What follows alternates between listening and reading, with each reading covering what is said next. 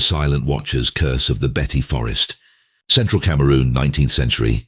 The year was 1889, a time when the dense forests of central Cameroon were still uncharted and filled with mysteries that outsiders dared not explore. To the Beti people, the forest was more than trees and earth. It was alive, watched over by ancient spirits.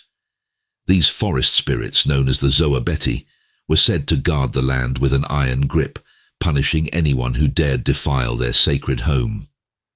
Outsiders had heard the legends, dismissing them as native superstition.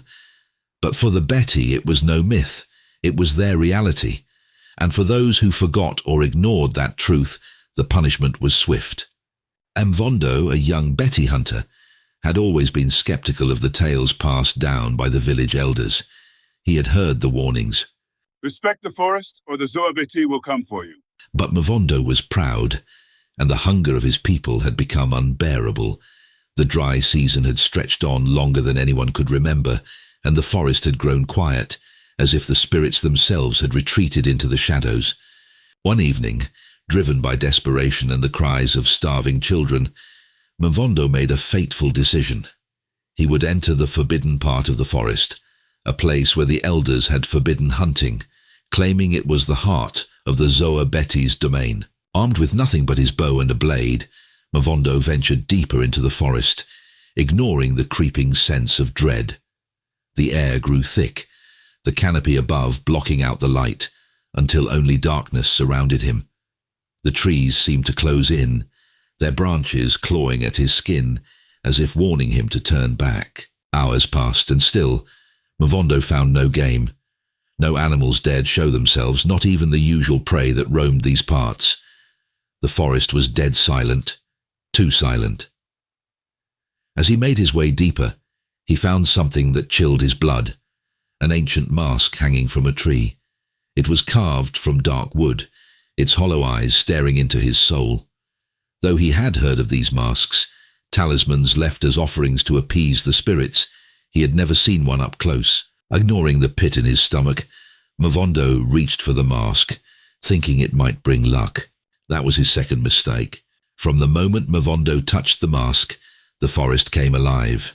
At first it was subtle, the rustle of leaves when there was no wind, whispers in a language he couldn't understand. His every step felt watched, the eyes of the unseen boring into him. And then he saw it. A shadowy figure, tall and gaunt, standing among the trees, its form shifting like smoke. The Zoa Beti had come. Panic gripped him, but he pushed forward, refusing to let fear control him. But the forest did not let go. Night fell quickly, swallowing him whole. The figures multiplied, their dark forms flickering at the edges of his vision, always just out of reach.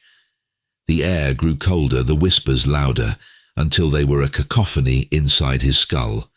By the time Mvondo realized his mistake, it was too late. He was lost, deeper in the forest than any Beti had gone before. The spirits had begun their hunt. Days passed, though to Mvondo time had ceased to exist. He wandered aimlessly, unable to find his way out. Every night the spirits came closer, their shadows growing more solid, their whispers becoming screams.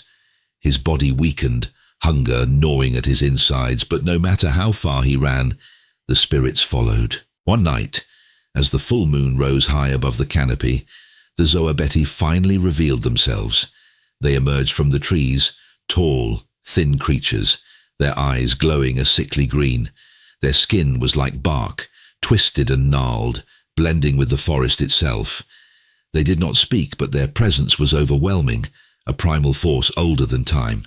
Mvondo fell to his knees, clutching the mask he had taken, realizing that he had angered the very spirits that kept the balance between the Beti people and the forest. In his hubris, he had violated the sacred laws, and now he would pay the price. The last thing Mvondo saw was the Zoa Beti's eyes burning into his soul, before the forest swallowed him whole. When the villagers found Mvondo's body weeks later, it was nothing but a husk, shriveled and twisted, as if the life had been drained from him. His eyes were wide open, frozen in terror, and clutched in his bony fingers was the ancient mask. The elders knew what had happened. The spirits had taken their due. From that day on, the village lived in fear of the forest, and no one, not even the bravest hunter, dared to venture into the forbidden lands again.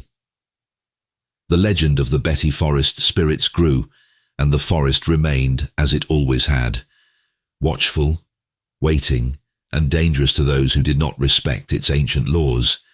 The Beti were real, they always had been, and now the Beti people would never forget.